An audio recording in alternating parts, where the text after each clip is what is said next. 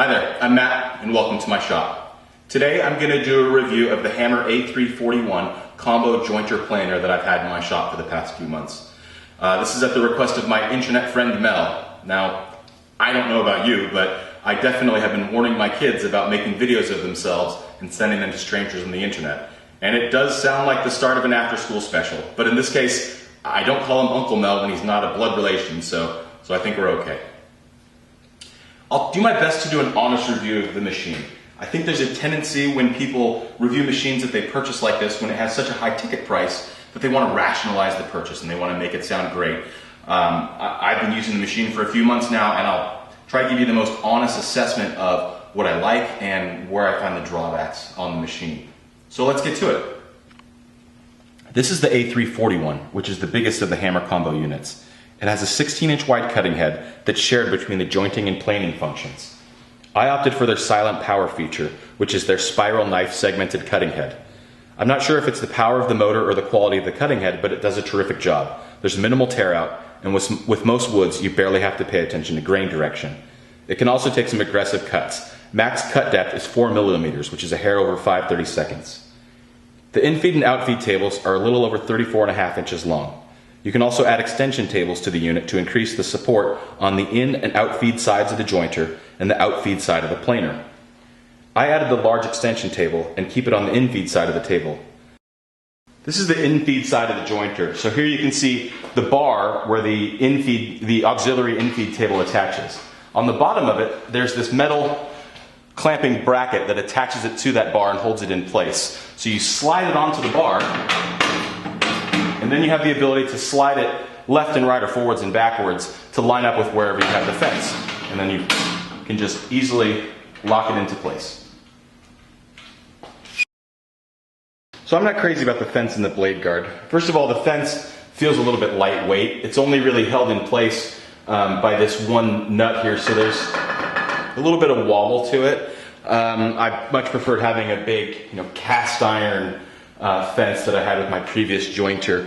I get a little bit worried about this one coming out of square, so I'm always checking it for square to make sure. It doesn't come out of square that frequently, but it is something that I always double check whenever I'm going to be edge jointing something. The fence also has this crappy blade guard here. So the idea is that as you slide the fence out, this covers up the cutter head. It's made out of this really kind of flimsy sheet metal. You can see how much it flexes, and it catches on things. So as you're lifting the table up here, it'll catch on one of these hoses, and I bent this thing to hell. You can take it off and kind of hammer it flat again, but as you can see, it's a little bit beat up. I know that's a piece I'm going to have to replace at some point. Now, to be fair, they tell you when you're flipping the table up to use the planer, you're supposed to loosen here and loosen over here and then slide the fence up so that piece is covering, and then you don't have that hanging out the back as you tilt it up. But I don't know why. I don't know anybody that would actually do that if you had the space behind it. This is the Euro blade guard. They refer to it as a bridge guard in the manuals. According to the instructions, for pieces of wood under about 3 inches in thickness, you're supposed to keep the blade guard in place. There's this set screw here that allows you to lift it up so you can get about 3 inches plus a little bit underneath there to slide a board under. And then if the board is thicker, you can loosen this and pull this out of the way. Pretty much anything, like almost anything, I'd say 6/4 and above, and almost any board, I'll pull the blade guard out of the way. The problem for me is that it sticks here, so it's difficult to get around it. So you're pushing the piece of wood here, and you're leaning over the blade guard. But that's just the way it's designed. I did prefer having the pork chop guard, but again, it was a 6-inch jointer that I had, so it was only going to stick out another 6 inches. I suppose if I had a 16-inch jointer with a pork chop guard, it's going to still pivot out and be in the same place. I think you have to get the mobility kit to go with this machine. There's an axle along the back with 2 plastic or nylon wheels, and then this bracket here at the front with a little hole in the top. It also comes with this lifting bar, which you just attach the bolt into this hole on the bracket, and you're able to lift up the machine. Now this machine weighs 900 pounds, but with one hand, I can lift it up and move it around and reposition it. I don't know how else you would do that if you didn't have the lifting kit. Okay, so let's run the machine. First of all, I'll just turn the machine alone on, and you'll get a feel for how loud it is, and then I'll turn the machine, then I'll turn the dust collector on, and we'll run this piece of 16-quarter maple over the jointer, just so you can get a feel for how it cuts. You can see this one's pretty cut, so it may take more than one pass, and we'll set it up to take the biggest cut that it can take, which is that 4mm cut. So let's see what happens. First of all, I'll start the machine up. It's not really that loud when it's running. I can do it without the hearing protection on. It's when the dust collector comes on that things start to bother me.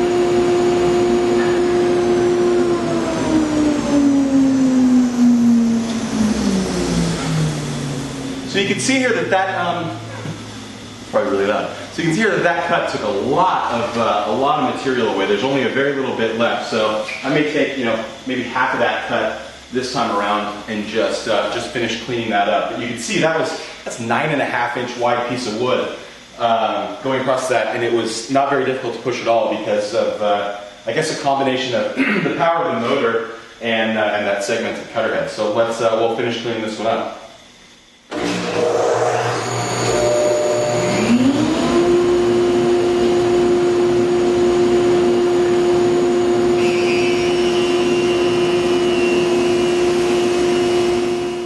So this is the board that we just jointed. Obviously we didn't do a finished job on it. There's still a couple patches of rougher wood out there, but I thought maybe turning off the shop lights and getting the raking light of the sun coming in might help see the quality of the finish. It's about 6:15 in the evening and the sun's setting through that window behind the board, so we're getting that light through. You can see some light tracks from the cutting heads. One actual line you can get your fingernail in, actually two of those, and a little bit of a change in the coloration here. I don't know if it's the grain changing direction or maybe the quality of how I was pushing down on the board, but I think it's a pretty nice finish, for just coming off the jointer. I don't think it's going to require a ton of sanding to make it real nice.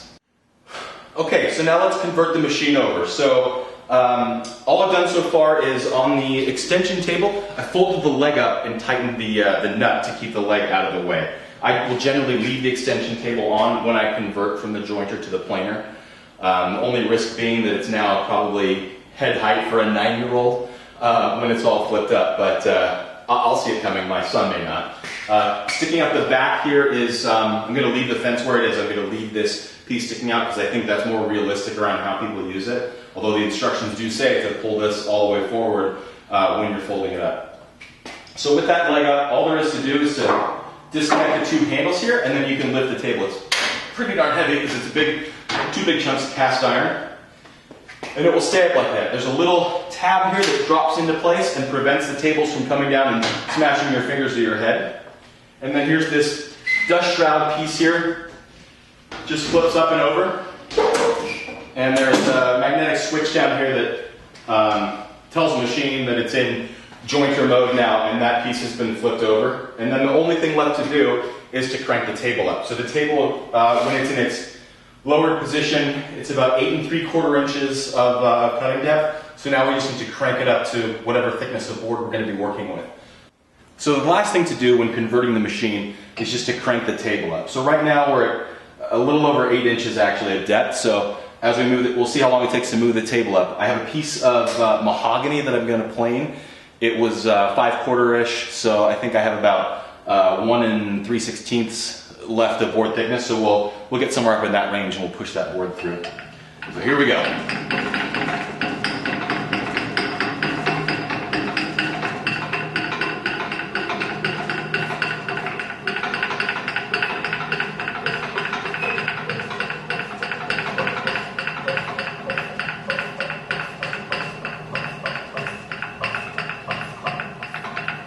2 inches. We'll get it to, there's 1. We'll back off and put it about 1 1/8. So that's about how long it takes to move it up. On the negative side, that's a whole lot of cranking to do. On the positive side, it feels like you get a lot of room for adjustment and making sure that you can dial in the thickness of the board pretty well. So let's fire up the dust collector. I'll get my hearing protection on and we'll push this mahogany through.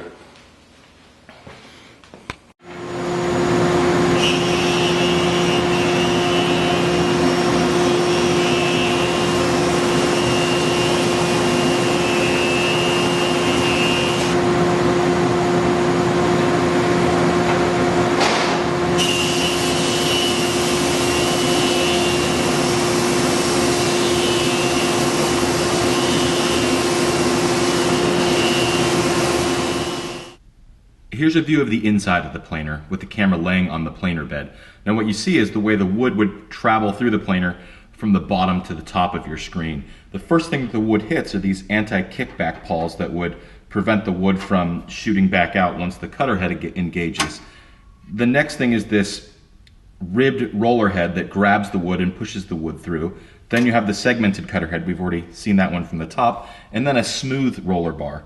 So you can, from time to time, I will push boards through here, and this or this doesn't engage properly and isn't actually grabbing the wood, and it requires a little bit of extra pushing through. It tends to happen with smoother boards that have already been slightly planed and have that smooth surface, and maybe this ribbed planer piece here doesn't really grab onto it.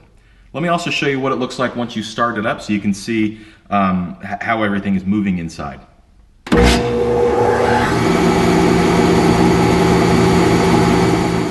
So all in all, I've been very happy with the machine. I think first and foremost, it's good value for money. That sounds insane when you're talking about a machine that's this expensive to say that it's good value for money.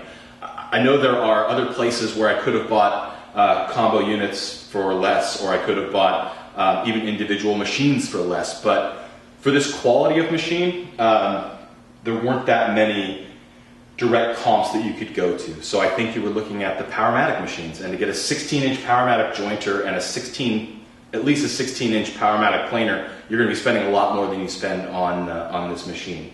So for me, the only real competition was going and doing some old iron thing, right? Like a Frank Howarth, like he does with his machines. I'm not a machinist. I'm not Frank Howarth. I don't have those capabilities or those skills to rehab those machines and fix those machines. So it just wasn't really a path that I was that interested in going down.